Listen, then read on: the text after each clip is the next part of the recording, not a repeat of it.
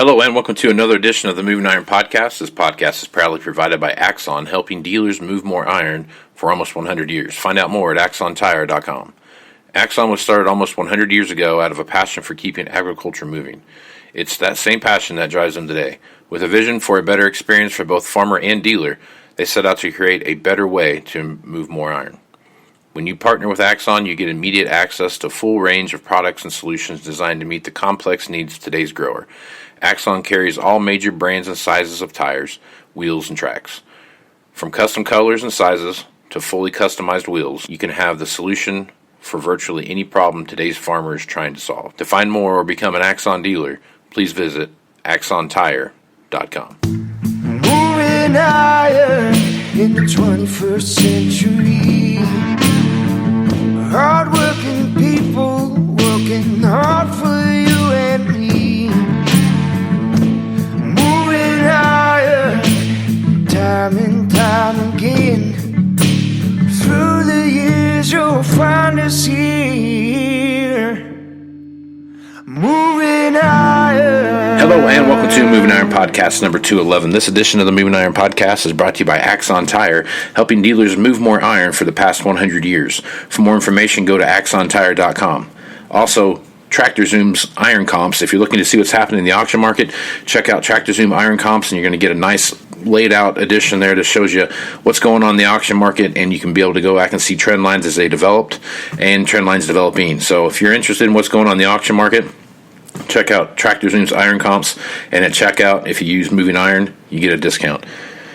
Rich Poston is my guest this week, and love having Rich on. He comes on about once a month, and we sit down and talk about what's going on in the economy. I'm a layman at best when it comes to understanding the true economic forces that are in play here, and I'll tell you what, Rich, there's a lot of economic forces in play right now. So, have you been and kind of bring us up to date a little bit on what you're doing right now? Thank you for having me on again, Casey. Yep, I'm doing well here. We made some significant calls in some of these markets that we'll probably discuss tonight, and I think they'll have an input on the inflation story as well. And then from looking back from last year, I felt like, yes, the economy is going to grow. Yes, we're going to pull out of this recession. And yes, it's almost daily we're seeing positive data. Now, there's always negative data. You never get 100% positive or bullish or bearish on anything. But I really like the trend that's going on. There's always going to be someone who's going to have something in the opposite direction to say. But I'm fairly confident here that anybody who's against the idea of a growing economy, I'm probably going to say they're more of a distractor. That I want to downplay that a little bit. In other words, stay with my own model. I'm feeling confident enough, and I think we're going to get some economic growth here. All right, so let's talk about the stuff that you're working on right now. So you've got your podcast. Talk about your podcast a little bit, where people can find that, and what kind of information they're going to glean from that. Yeah, so I have a podcast that it's really just a way of presenting what's coming out of my model as well as my opinion, because sometimes I'll even challenge my own model, test it a little bit. I might say, I'm not so sure about that, things like that. And I give a variety of signals that can help producers of commodities, end users of commodities, the speculators, stock investors, businesses in terms of where's the economy, how healthy is business going. And so a variety of signals and opinions. And then the beauty of this is it's mostly video podcasts. I do some audio. Usually if it's audio, it's more free stuff, trying to get people to take a look at it.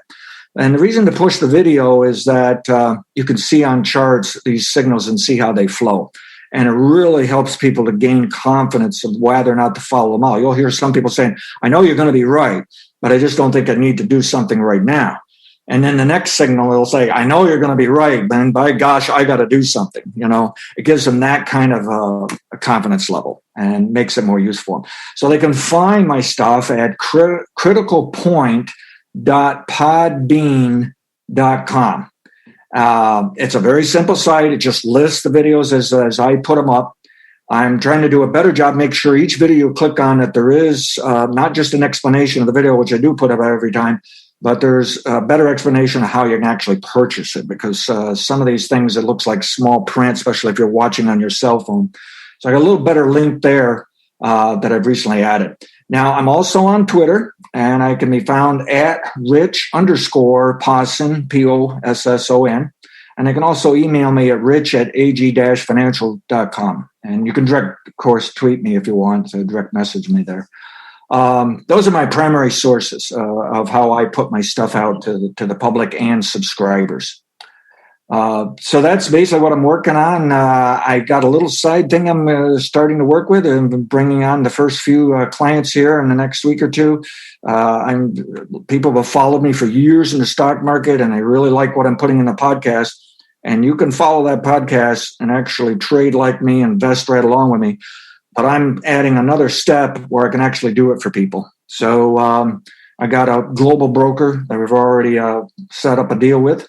And so what'll happen is when I give a signal for the master account, everybody else who's signed up, it's already automatically taken care of it for them. And then they can just watch their own accounts and day to day if they want. So that's something new that I'm adding. Right on. Good stuff. So they can get all that information at by emailing you or going to your website. Which is the best way for them to? If they're interested in the being in line with the markets here and the subscription, go to that website, criticalpoint.podbean.com, and there'll be some free stuff. And they should sign up. It takes a credit card. It's a monthly recurring thing, $27.99 a month. Which is cheap relative to the importance of those signals. A lot of my competitors saying, why are you selling it for that price? Well, the thing is, I don't write a newsletter. I know what that's like. I've worked for companies writing newsletters, and you can just get bogged down in writing all day long and editing and things like that. And people just enjoy that I just get right to the point. That's kind of how I picked the Critical Point name. Just get right to the point, show how these signals are set so they could see what they could have done in the prior years and an idea what they need to do for the future. Great stuff, folks. Make sure you follow Rich on Twitter. The stuff he puts out there is, it's spot on. Like he's talking about, a lot of good information comes out there. He backs it up with the stuff that comes from the big firms, like, the big news groups like MSNBC and like Bloomberg and those kind, when they Wall Street Journal, those kind of things. He's always pulling that stuff out there and showing like where he's at comparatively. So he's doing a great job. Highly recommend what Rich is doing here. So, all right, man. So let's jump over and talk about a few things that are happening in the overall market as a whole here. Some pretty lofty goals have been put out there by the Biden administration and also by the Federal Reserve. When you start talking about GDP growth, I've read 4%, I've read 6%, and I've seen some banks put out 8%. So all of which are pretty lofty goals considering where we come from. But you also, like you talked about here, we're coming out of that recession. We're coming out of that pandemic-driven recession. And, right now we've got about 3 big things that are in play that have some pretty big influence on what we see happening here. So we got the dollar, we got some inflation, and we got some interest rate issues that we see right now. So which one do you want to start with first, Rich? Which one do you want to? Yeah, quickly, just on the GDP, okay. Interest rates and interest rate inflation are big ones, but GDP, I'm with the camp that's saying 4.5%. The Biden administration is using 6, and there's other banks that were at 6 earlier. And I'm fine with that. I kind of question that as far as this year, maybe next year, the following year, something can happen like that. And then there's some out there at 8%. I really question it, but I'm not against any of them because there's that much variability of how positive this can be. People basically have cabin fever, and wherever things are opening up, they are now messing around. They are getting out the credit card and they are going to town and having a good time, and they are buying and spending. And once that catch hold, it's just a matter of how well does that spread throughout the population. And that's directly going to relate to just how much that GDP soars. And so, don't be surprised. This thing can really explode like a rocket, but also don't be surprised when in just a couple of years it slid right back. I think over the next 4 years, we're going to average about 4 to 4.5%. And that's really good for a 4-year period of time, but that's not extremely high either. If you go back the last 50 years, GDP during decent times has gone from 2.5 to about 4.5. And we've had 2.5 over the last 4 to 8 years. It's just time to be on the upper end of that. It's just that 6 to 8% stuff. Again, that can just relate to just how fast the economy going to open up, Right. or reopen, I should say. Yep. All right. So you want to do the interest rates? Yeah, let's start with interest rates. So I'm going to throw out an example there. So about a new house, 35 days ago or whatever it was, I locked in my rate at 2.75, and the other day I saw some interest rates out there at 3.65 or 3.6. So really, there's been about anywhere between 0.5% to 1% jump in the overall interest rates. Yet the rate of the Fed is still at zero. So right. The Fed lending rate still at zero. So I guess talk about what you see happening there. Right. So what the Fed's doing, Fed has a very tricky job. I know there's an awful lot of people don't like the Fed and like to do away with the Fed, and they think the Fed causes economic problems. Well, it's far more complicated than that. We all cause our own economic problems, and the Fed has a job to do. Yeah. They're mandated, try to fix some of these problems. And yes, they fix some, and then they wind up creating another one, and that's the fact of life. It's just a tough job. It's tricky. And what the Fed is doing is saying, if the free market system wants to run higher in interest rates, let it do it. I'm sure they got to limit how high, but they're probably not telling us because they also don't want to encourage anybody on the speculative side to push interest rates that high. And what they're saying is they're probably going to wait till like 2023 or so. And some people think that's too long, but the Fed's saying they're waiting that, but that doesn't mean they won't change their mind. You know, in 6 to 12 months, if they see something this is getting out of hand, then they're going to step in and try to cool that off. But right at the moment, I think they feel any surge in interest rates and inflation is going to be rather short term, and things will cool off a bit, calm down a bit. And I think they feel they got to sweat it out and give it a chance for this economy to get really going. When they lag the market, you can see sometimes they're like 3 to 5 years behind the economy. They keep interest rates low that long just to try to get that added safety net there to pretty much guarantee this economy will grow yet, for several more years. They don't want to bow out too soon because, they had to get blamed for doing too much or too little. And right at the moment, they're in the mindset of don't get blamed for doing too little and letting things fall back. So we've seen this interest rate surge. It's really the bond market, which a lot of people think is much smarter than the stock market of figuring out the economy. And I think they're probably right. And the bond market is saying, we've got this fixed. This economy is here, and it's here, going to stay there for a few to several years. And there's just no reason to have rates that low.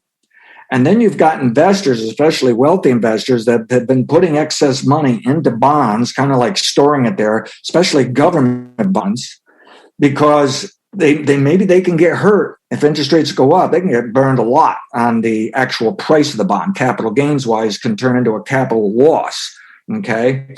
But what they feel as though over the long run, though, at least their money is safe. They're going to get it back.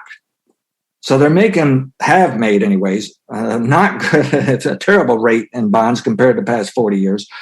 But at the same time, they feel that they need that safety net because they just don't dare put all their money in the stock market. And there's only so much they can put into real estate and everything else in the country. So what this is doing is some of them are trying to jostle things around. They're saying, if the economy is growing for the next several years, probably interest rates are going up. Probably that safe bond market isn't so safe anymore. I ought to pull some money out. So I think some money's coming out.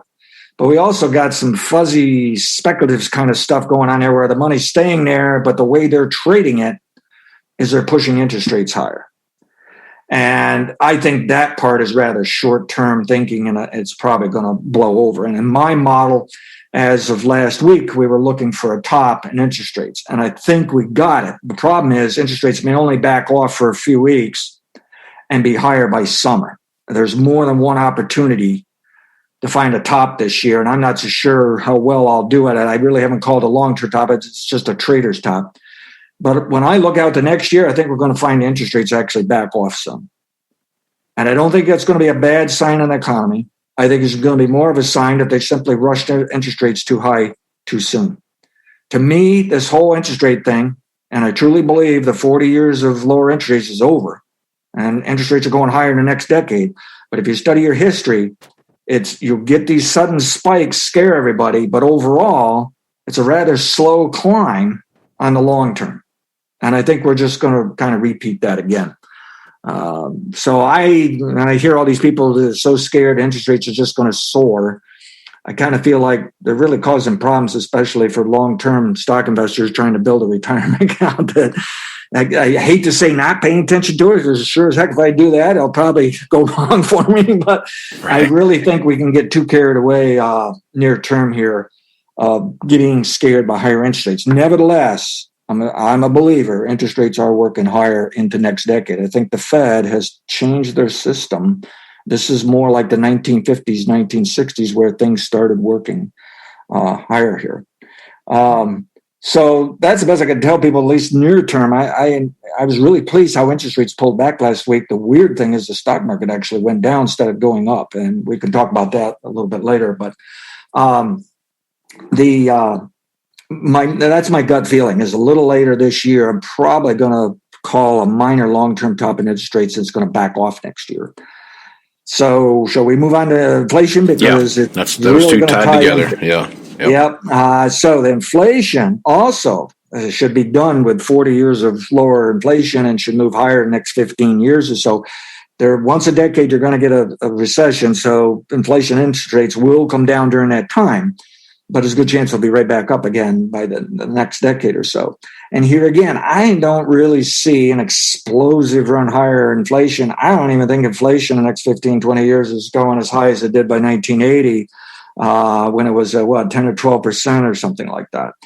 But I do think it's going higher. And I don't have the best of targets right now, but to me, we've spent so much time below the Fed's target of 2%.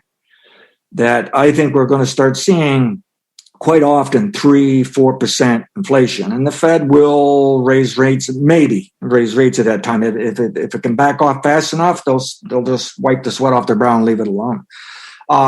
Let's talk about the components of inflation. Inflation basically breaks into labor costs and the cost of the materials, goods and services, and commodities, okay?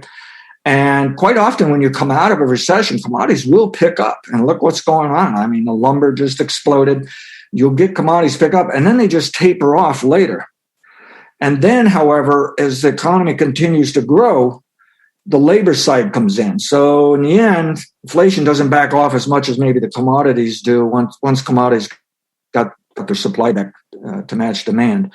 So to me, again, we may see some brief surges in inflation, just like with interest rates, but I think if you are patient, you'll see it ease back some, that it's going to be a slower climb. To me, I think it's next decade that we could get into late inflation, and boy, that's when things could get quite high and you get some problems from it. So I think that's the mood the Fed is even in, is they're thinking this is just early inflation. It should be good for the economy, and let's be patient, let it roll here. And go on. And at least they've been warning everybody that they're going to do it differently this time. They're not going to raise those interest rates as soon as it strikes 2%. And I do think we'll see higher official inflation numbers into summer. We should see it by no later than summer. And that's just because of a lag of how this stuff is reported. I mean, everybody knows inflation's running higher than what it's being reported right now. Okay, just look at what's been going on in the store. But you're just not yet seeing it, but it's coming. And I don't mean to jump around here, but in the gold market, some people are puzzled. This higher inflation is coming. It's coming. You can see it. Why is gold going down? Well, the interest rates are moving up faster than inflation. And if you subtract inflation from interest rates, you get real interest rates. Well, real interest rates can be minus at times. Well, the problem is interest rates are now moving so fast that there's really not that minus interest rate, and that's what the gold market prefers. And there's a lot of charts being shown on Twitter now where they're aligning interest rates, gold, and inflation. And you can see there is that characteristic. So maybe if I'm right and interest rates are getting a little bit high here, maybe in the next few months we get those official inflation numbers rising. Maybe that's where gold can shine a bit. But I'm not that bullish on gold, but I am bullish. I think there's other things going on. Gold's going to kind of hold it back here. But my forecast is still, like I say, see rising inflation into the next decade, but I think it's going to be more of a process instead of a rocket ship like some people are trying to basically scare everybody, All right, so let's do a quick history lesson here. So let's talk about inflation and interest rates from The late 70s through the 80s, and why there was such a huge ramp up in there where, home loans were 18%. I mean, what was the driving factor there? Yeah, so really in the 50s, 60s, things started to turn up. Practically everything was going up. You could get a higher pay raise, or your salary was increasing, not necessarily a bigger and bigger pay raise. And interest rates were going up, so you could put money in the savings account as well as the stock market. The stock market was not performing as great as today, but it was really a good return for that time. The dollar was at times having a difficult time figuring out which way to go, because it would watch interest rates for a while and think it ought to go higher, and then it might watch inflation for a while and think it ought to go lower. I think basically the dollar actually ground higher over time. But by the time you get to the 70s, then that's where instead of seeing 2, 3, 4, 5% inflation, we started seeing 6, 7, 8, 9, 10%. And it was really almost a mood. You could see the population was getting into this mood of, okay, I go to the grocery store and you know what? My groceries are 5% higher than they were last week even. I'm going to go see my boss and say, I got to have a pay raise, or I walk, And it was literally that kind of attitude throughout the whole population. Well, you were then creating literally a fake system, economic system, where we were just constantly raising prices for nothing more than the sake of raising prices. And that's when the Fed realized this ship is it's gonna sink. Okay, something's gonna break, and it's going down. It was getting too far. The reason interest rates were rising during that time was banks were basically saying our cost is going up, and we want to make sure we have a share of that. Instead of the Fed trying to figure a way out of that, they just simply said, well, if the interest rates are rising along with this inflation, but the inflation doesn't stop, maybe all we need to do is raise interest rates faster than inflation. And they basically hired Paul Volcker. And he was the one that understood that kind of mechanics, and he basically had the brass to do it. Because when you do that, you also create a recession, which also means you don't you're not such a good friends with whoever's in the White House, which at that time was President Reagan had just got elected, Right. And basically, Reagan didn't give it too hard a time. I'm sure Reagan said, hey, take it easy on us here. But Reagan understood, we got to do something about this inflation. So we basically said, we'll accept a little pain. We'll have some economic problems. We're going to shoot the interest rates up. So then if you look at your charts, interest rates went to 20%. And yes, then you finally saw some economic problems from that. An unfortunate side effect, like taking a medicine, and it kind of makes you sick, even though you're curing your illness, right? And it worked. From then on, you can see from 1980 to today, the trend of interest rates and inflation have been lower. Not necessarily marching right day to day, but it's exact opposite process. And by the time we got into the 2000s, we were getting to a point where inflation was so low, it was too dangerous to tip into minus inflation, or otherwise known as deflation. And even though sometimes you can get that, and it's really not a bad economic situation at all, there's too many times when it actually turns into a depression. And that was what happened in the Great Depression.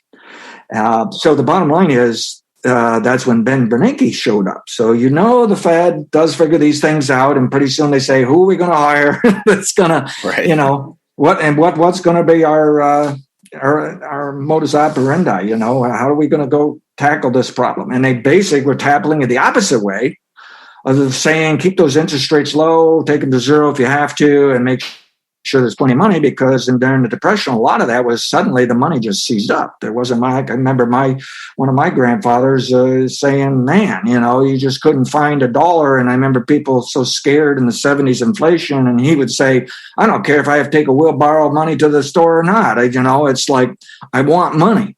Whereas my other grandfather, who grew up more on the energy side, he had the opposite view. No way was he going to take a wheelbarrow of money. He preferred the money to be a little bit on the tight side and more valuable. And so the problem is, it's like we have no choice when it comes to running your economy and the money printing presses. You're either going to be inflation or you're going to be disinflation. And the problem is both of those will work, and at times even provide some fantastic economic times, but both of them break down and burn out. And you've got to recognize that. And believe it or not, for all the complaints of the Fed, they really haven't done too bad a job of figuring that out in 1980 and again in 2009. Right. And what's fascinating to me is I do all this sickle research and people say, oh, so you think everything repeats, history repeats. Well, it really doesn't repeat. It's always a little bit different. It's more like rhyming. But it is interesting. The Fed is what they're starting to work on is taking us back to the 1950s, 1960s, which, yes, we had some higher inflation, but if you look at your corn chart, to me, it was more of a sideways range. We had some blips up. Sometimes perhaps a record high. So it was a gradual thing. It really wasn't to the 70s when everything just went haywire. And of course, we know Nixon and the gold standard and all that helped that as well. So the government can make some abrupt changes, no question about it, and make an impact. But most of this stuff is like a slower process. And that's why I think, don't get too excited over the next couple of years. Really, we're going to have a more smooth trend of inflation and interest rates higher into next decade. But there's going to be pops and surges, and that's just what the interest rates. Where were we? 0.5% to 2/3% in the 10-year note just last year, and exploded to 1.75%. And the stock market got hammered, and they started to get scared and jittery. And yet now I look back at the stock market, and this is where sometimes you can watch things too short term. They were scared on any given day. But then you step back and zoom out on a weekly chart, and you can see really the stock market held up quite well with that surge going to 1.75. And now the rates, by Thursday, Friday, they backed off to 1.6 or something like that. Tonight, I just read an article by Ed Yardeni. He's a famous economist, and he does pretty darn good for the long-term trend of the stock market and economy. And he said if the economy really surges the way a lot of forecasters say, jumping interest rates to the 3% on that 10-year note probably isn't going to hurt the economy or the stock market, is the way I understood what he was saying. So that's that's almost double from where we are now. Right. Yeah. So to me, like in your example of locking in rates, man, I think you did the right thing. And timing-wise, I think you hit it pretty good. It's going to fluctuate. There'll be days where someone will be able to get a little dip in interest rates, but I think I'm feeling pretty confident. I made a call in August last year, and honestly, I wasn't that confident. I just said, I got to call this. This is the first best shot. And I warned everybody, here's where I could be wrong a few months from now, but let's go for it. And man, now you look back at that chart, and I called it when a matter of a couple of days. Interest rates started working higher in August, and maybe we'll be proven wrong a few years from now. Something goes wrong, and at the end of this decade, there'll probably be another recession, and maybe there's something I don't understand, and we have to take rates back to zero again or something to help out with the economy. But I don't think so. I think we're going to stay away from that 10-year note. I don't think it's going under 1% for very long if it goes that low again. Let's jump over and talk about the dollar. So a lot of things play into the inflation thing, and so right now, if you take a look at what the dollar's doing, last time you were on, we were talking about the dollar, and it was hovering. You were concerned if the dollar went below, I think you wanted to say 80, right? Is that right? What did I say? Yeah, if it goes below 80 on the dollar index, I suppose that could be a glorious time for exports and commodities, but I'd be wanting to dig deeper of saying what's really going on inside the country. Can something go wrong? Let's put it this way. I guess I always want to put time frames on things because most analysts don't. I think this is where especially economists mess up on trying to keep up with things. They just look at their price target and they don't think in terms of, but what's it mean if it gets that price target tomorrow versus it does it 2 years from now? Okay. And that could be a big, big difference, entirely different stories. And so if the dollar index dropped below 80 this year, we need to be doing this podcast again. We need to be digging deep and having a conversation. But if the index was below 80 over the next 3 or 4 years, that might not be really such a bad thing. My best targets for years now have been 88 to 85, and we were coming pretty close to 88. And basically the only reason the dollar is up right now is the interest rates rallied faster than what they were looking at in inflation. And it's possible, I can't prove it for every single country, but it's possible there was a little normal dollar play there where if one country's interest rate moves higher or faster than another one, they'll buy the currency of the faster moving interest rate and sell the other one. And so it's possible we were moving too fast. But that's where I want to get careful of saying interest rates inflation is just going to move higher and higher nonstop, because what happens is, sure, we might have raised our rates too high, but in a few months, it's quite possible other countries will be raising their rates faster than us. I mean, it's like a tide of an ocean, it's like the whole world's following one another. So I'm not convinced that's a reason to keep pushing this dollar higher. And I'm not so sure. I kind of feel like there's still a chance of 88 to 85 on the dollar index over the next couple of years. I'm still a long-term bear, but I've warned everybody the decline last year was huge. And I must admit, at the end of the year, I got nervous. I think we kind of talked to this on the show. I got nervous. Everybody was so bearish for this year as well. But I really didn't want to go as low as some of them. I didn't want that below 80. I really didn't think it could happen. And it still may happen, but I don't think so. So why, when some of those was thinking for the first quarter of this year, the dollar is just going to be falling apart? Well, what happened is they had literally bet too much money on the downside of the dollar. And it's just like the funds, when people are watching the funds in the corn and soybean market.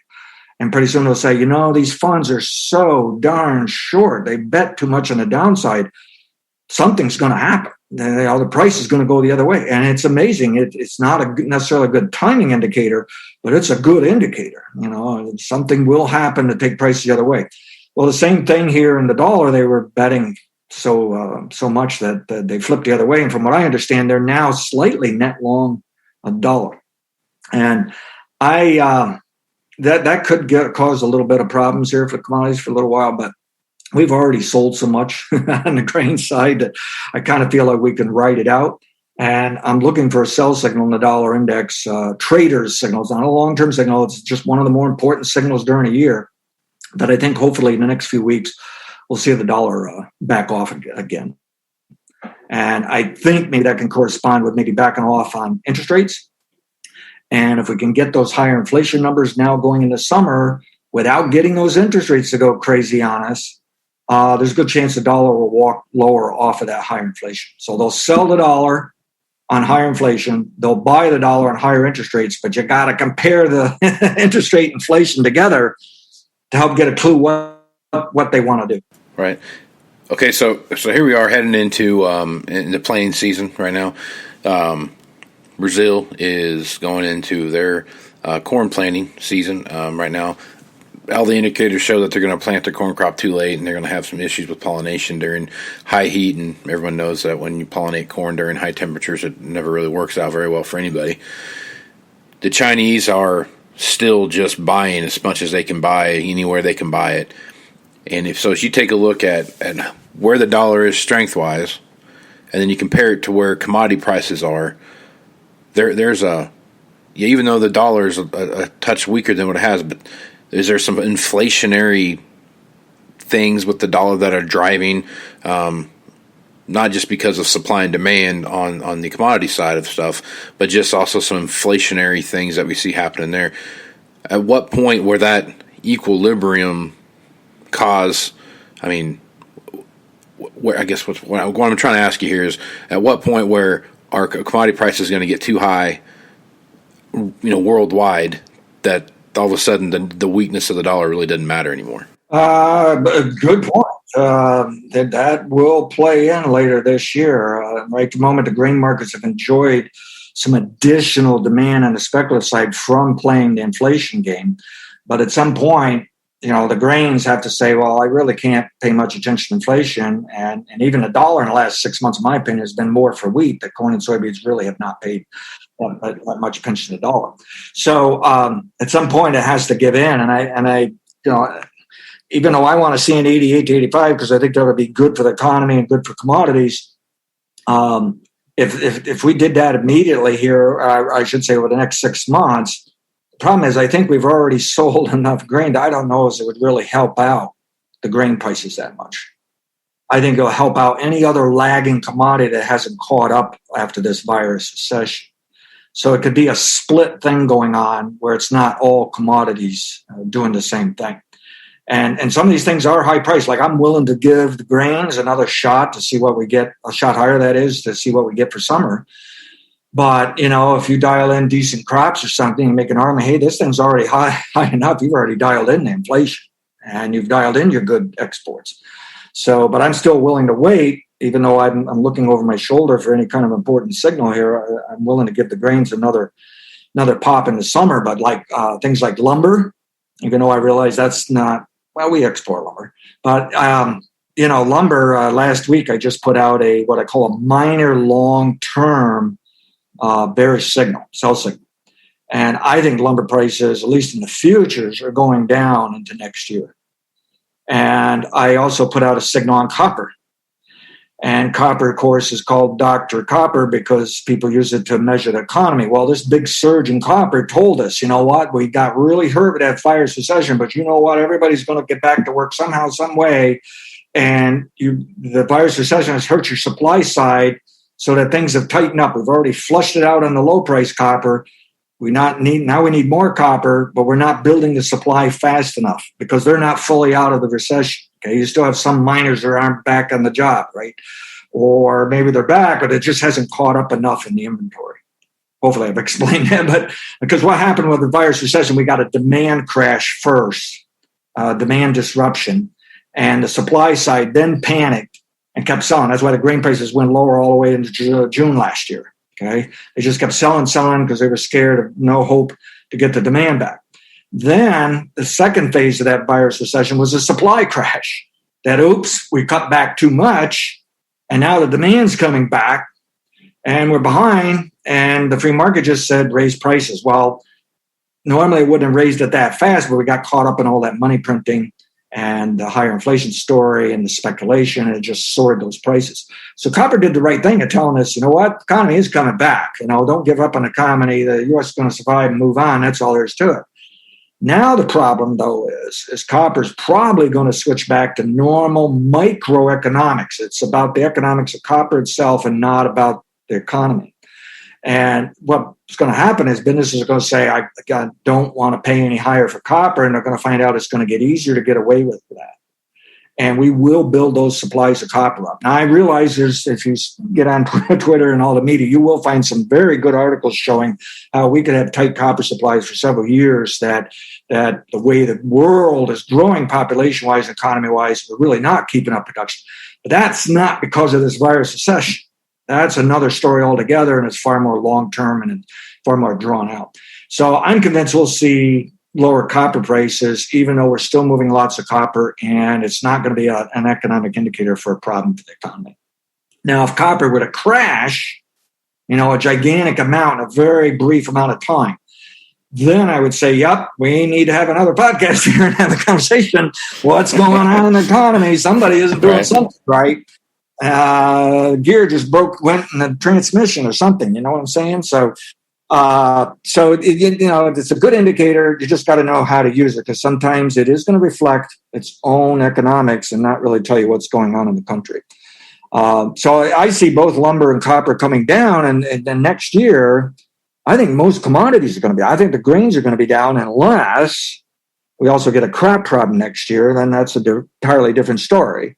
But all things considered, even if we got a crop problem this year, you'll see lower prices next year. They're just gonna automatically bet on, hey, guaranteed good crop the next year after a bad crop. They're just going to go for it. And the speculators and these funds, they're going to start pulling out. What are they? I think on the corn, aren't they record large or something like that? Well, you go back 2012 and see what they did. And even in 2010, 2011, when I was so bullish and a lot of people weren't, the funds would get bulled up going into summer, but during summer, when prices were moving higher, they were actually getting out. They were reducing their positions, trying to take money on the way up and reduce their risk. And the reason is they were also betting, prices will be down next year. So you got to keep that in mind. I'll definitely be looking for a sell signal later this year. I'm just saying maybe the grains can hold up better maybe than copper, than lumber here for a while yet. But I do think, and I'm thinking even inflation ought to back off a little next year. So if we get a big surge going in the summer, I think it's going to back off, and it's going to calm people down. It's going to calm down the interest rates. I'm very convinced interest rates will at least dip a little bit by next year. It's just a matter of, do interest rates top this year, or do we have to wait for even a top next year? I think crude oil will be backed off a little bit. But I don't see that as an economic problem. That's just normal business that we have twists and turns along the way. I think the inflation story will stay around for quite some time. And I think the economy is going to grow throughout this decade. But there will be twists and turns that kind of, for the economy, I view it as throttle up, throttle down. And we might throttle down a little bit next year. It may not even be the economy, but it's just commodities and stock markets just simply take profits. They get nervous. There's going to be an election next year. We got politics that can go in for future tax increases, things like that could cause some of those fluctuation in those markets when, in fact, the economy is just doing well. And I'm very convinced that by 2023, 2024, everything will be swinging back up again. It's just we'll have to have a conversation again of can all those commodities swing back up or not, Depends how good. In other words, if we did get a crop problem this year or next, we explode corn to $8, I might say, well, in 23, 24, the economy's going to be doing great, but corn might not be back up there. Right. So, yeah. Have to get back to those microeconomics, right? So hopefully that makes some sense to everyone that I really want to be bullish the economy and stock market this decade. Definitely bullish into 2024. I have my targets in the stock market like 4,300 on the S&P 500 now into next year. Hopefully a little higher than that even. And we're almost at 4,000 right now. By 2024, I see it at 5,100 to 5,600. For the decade, I see it at 6,800, 8,500, so it can nearly double from here. And it's possible those are even minimum targets. And that doesn't mean that it's, the glorious economy all decade long. And I don't think we're really going to see the roaring 20s. We're going to kind of have clues of it or hints of it at times. And maybe somebody's going to throw a few parties to act that way. But I don't think it's going to be truly history repeating this time. Well, I hope we don't have the roaring 20s because that led into the dirty 30s. So I hope that absolutely. Hope that history doesn't repeat itself. My best forecast is, if we're going to have a crash, I should wait for 2040. And so I just soon wait. So right on. Okay, so one last thing here. So we kind of covered where the dollar is, export, talked about inflation, talked about interest rates. So now we talked about gold and copper and kind of where they're at right now and those kind of things. The one thing that I hear more and more people talk about, as far as, the U.S. dollar is a world reserve currency, and, we're able to get away with a lot of things that other people are willing to are able to get away with because we have the currency that the rest of the world trades just about everything in. I mean, you can't buy oil unless it's all in dollars. You have to use dollars to buy oil. For the most part, grain is around the world is traded in dollars. I mean, you can use local currency to exchange to get to that rate, but for the most part, everything's kind of ebbs and flows on the dollar as far as the world economy goes. Where does Bitcoin and all these cryptocurrencies and those kind of things fit into that? I mean, this is it depends on what camp you're in. Either you are Bitcoin is a new gold, or Bitcoin is a complete waste of money. It's a pump and dump scheme, some Ponzi scheme that somebody came up with, I guess. So what's your thoughts on Bitcoin, and how does that all kind of weave itself into what we see with the world economy? Yeah, and there's two different ways. How do I want to put this? Two different factions or usage. Yeah, two different usage of cryptocurrency, which is the Bitcoin. Bitcoin's the biggest, largest, so it gets the headlines. So a lot of people think cryptocurrency is Bitcoin, but really it's the other way around. Cryptocurrency is a variety of these things, different types of Bitcoins. And really, there's actually three things. One thing is it's a technology that can actually be used and have nothing to do with money. You can use it in keeping track of lettuce coming from California to New York, and you suddenly realize you got a load with... now I can't think of the illness that people get from it. But anyways, they can use cryptocurrency, or not cryptocurrency, they can use that blockchain technology where they can literally trace that head of lettuce all the way back to the specific farm. Well, that's pretty fascinating stuff. And that's really being developed. And there's going to be some great things coming out of that in coming years. But when you go to the cryptocurrency and the Bitcoin, they're using that blockchain technology, but it's supposedly meant to be a currency. Well, it's really not a currency yet. I fully understand why some people say it is, because they're using it for an exchange of things, okay? So I just bought my corn in US dollar, or no, I want to buy corn in US dollars, but I'm going to use Bitcoin. So I have to convert Bitcoin to US dollars. I buy your corn, and I wound up using Bitcoin on my end. That's fascinating. That's just like trading any other kind of currency. That's actually a small portion of the business. And it's got a long ways to grow. And it's actually, everybody kept saying it was going to be cheaper to use it. Well, it turns out it's a very expensive thing with all these computers keeping track of that Bitcoin. It's all on computers. There is no coins. There is no dollar bill in reality. You can get machines that'll kind of print something out, I guess. But basically, it's all held on computers. It's a digital thing. And that makes me uneasy because I like to know where my money is. So I'm kind of thinking with my luck, I put too much in it and suddenly the computer's gone. And you know what? I don't have my money anymore. And a lot of this stuff doesn't have the records either, which is why some are complaining that the criminals are using Bitcoins. So the thing is, it's got a ways to go on the currency side. But China's definitely working at it, and I think they're hoping to get a leg up in the world to become popular, that their currency should be used just as much as the dollar. Well, you can bet the U.S. is studying it as well, and there's many other countries. So it's quite possible this is going to become much bigger and popular and even going to be backed by countries, backed by central banks. My guess is that some of them will have their own currency, however, so Bitcoin could possibly lose out on that. So the whole currency transaction thing is likely to develop. It's likely here to stay. But it's not as big as a lot of people think, and it's not as big as everybody that the people who are really bullish on it. They're not using false advertising, but they're not really telling you a clear picture that it's got a long ways to go. What's really going on in Bitcoin is the speculation side. Just as you can bet on a currency, okay, you can bet on the Swiss franc and the U.S. dollar and the Japanese yen. You're not just using them for transaction. You're literally saying, I don't want the US dollar right now. I want all my money in Japanese yen. Put it in my bank account. You can do that. So that's what's going on for some of these speculators, is they just want to see if they can make money out of Bitcoin going higher. And some of them have been in from the very beginning, have made fortunes. There's 20-year-olds with $300,000 Lamborghinis, and they still have much more in Bitcoin. They got in early enough, and a lot of them seem to think they're going to make much more. Bitcoin's around 54,000. I might be off on that, but it's close, they're talking 100, 180,000 some days. So not as fast as returns of those that got in earlier years ago, but still significant increases. Well, the problem is they kind of advertise this as a place to store your money. It's a store of value, and I guess I don't care for something that can go up maybe 50 or 100%, but also go down 90%. To me, that's not much of a store of value. So I have a hard time, and I believe it, I play with Bitcoin a little bit, not directly. I use the fund, and in fact, I just got out here last week or week before and made a little money before it snapped back there. And I'm probably going to buy it again just for kicks, but it's more of a play thing for me. What I'm really doing is testing my model real time on it because it's still kind of new for me. And it's working. I like it. I don't care for my model on a day-to-day basis, but I really like it for these bigger trends during the year. And I don't doubt Bitcoin's going to go higher.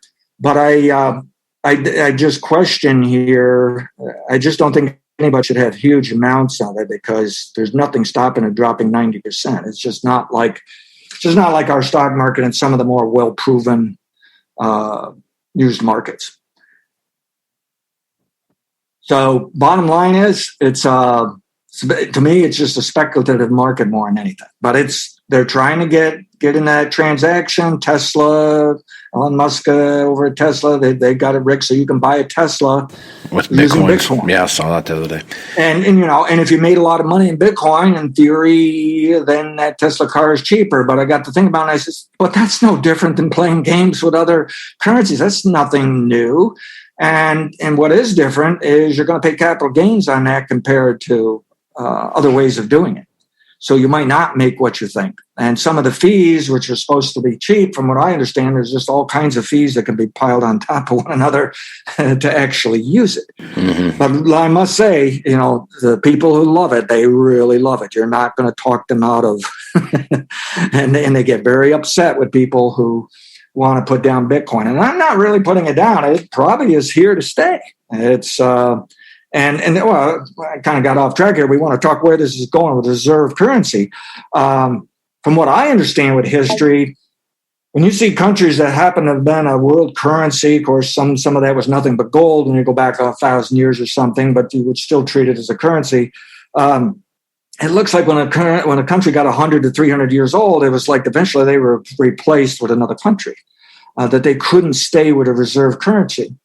And I've come to the conclusion that, the U.S. is old enough now that, maybe we should consider that we're going to lose reserve currency. But I've also come to the conclusion that it's not going to be overnight like some people are advertising, pounding their fist and whatnot.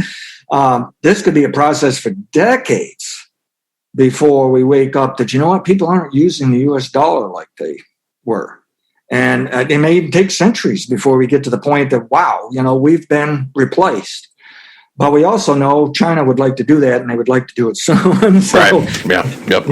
They're working on it. And so we do have to watch out for that. But I want to be cautious. I hate to see people, get nervous over a stock market crash and where's their retirement and their 401k going because someone said, the U.S. is going to not be the reserve currency. And we talk about how much money's printed, and it's scary. You look at a chart of how much money we printed over the last 30 years. It's going straight up, and there's no stopping it. Well, fortunately for myself, a long time ago, I said nobody's going to be able to predict when we actually print too much money. And I've been right for 30 years now on this. And who knows, maybe everything crashes tomorrow, but I don't think so. I think we'll print money for decades yet to come. But I will say this. I think the reason the U.S. can get away with it compared to some countries that tried to print a lot of money and it blew up on them is we are the reserve currency. The world wants to use our currency. They're not going to dump it. And maybe someday they will, and maybe it's a process. And when that someday gets here, I will be the first to say, well, you better be darn careful how much money you're printing here because it can then blow up on you. So we have a little bit of a luxury right now that's helping us with that. But I don't, for those that are saying it's going to happen tomorrow, I'm sorry. I just don't see that happen. And go take it from there. The biggest thing that would have to happen in that whole scenario is that the number one thing that secures the U.S.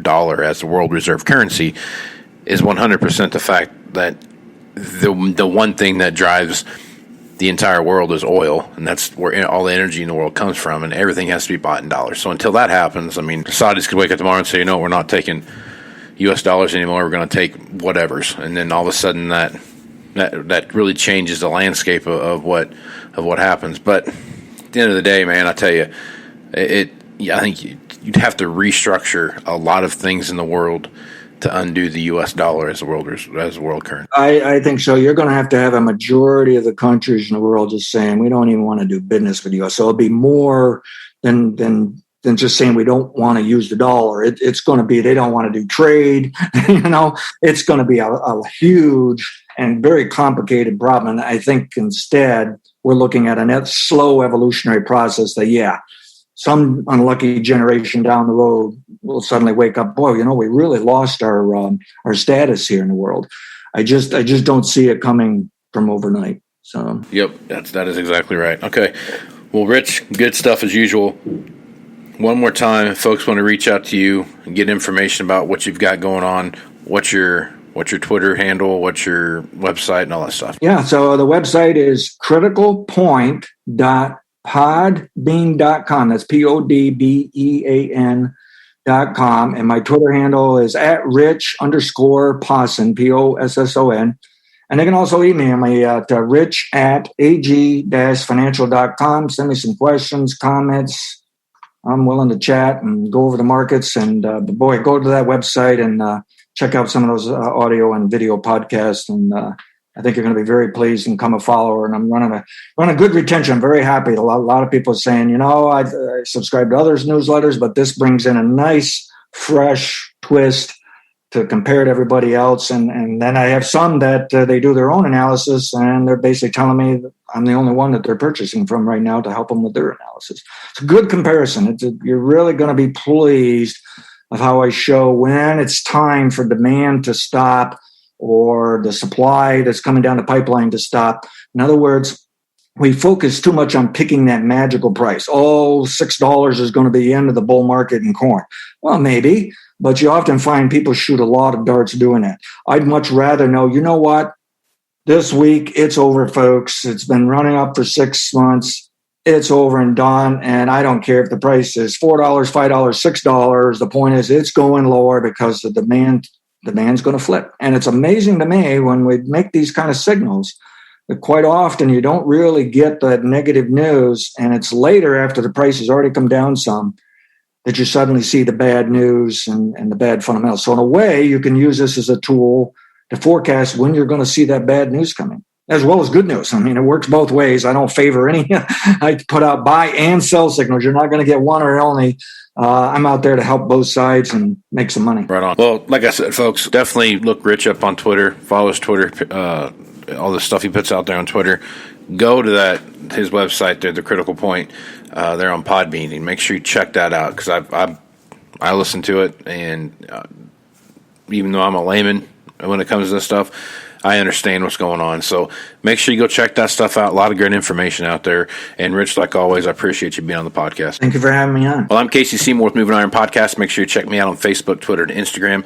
That's where you're going to find the latest editions of the Moving Iron Podcast. Also go to movingironllc.com.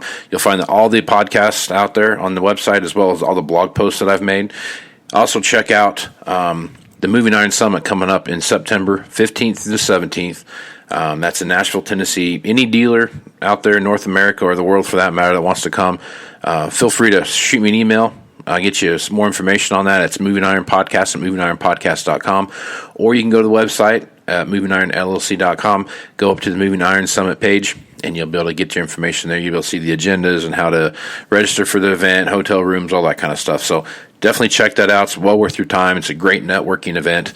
So if you're interested in doing that, go to the website and get all the information you had, or reach out to me at Moving Iron Podcast at movingironpodcast.com. Also, check out all the stuff going on over at the Dryline Farmer Podcast. Brent and Landon, those two guys will make you laugh and keep you going throughout the day. So with that, I am Casey Seymour with Rich Possum. Let's go move some iron, folks. Out. You want to have a meaningful competitive advantage to help sell more equipment.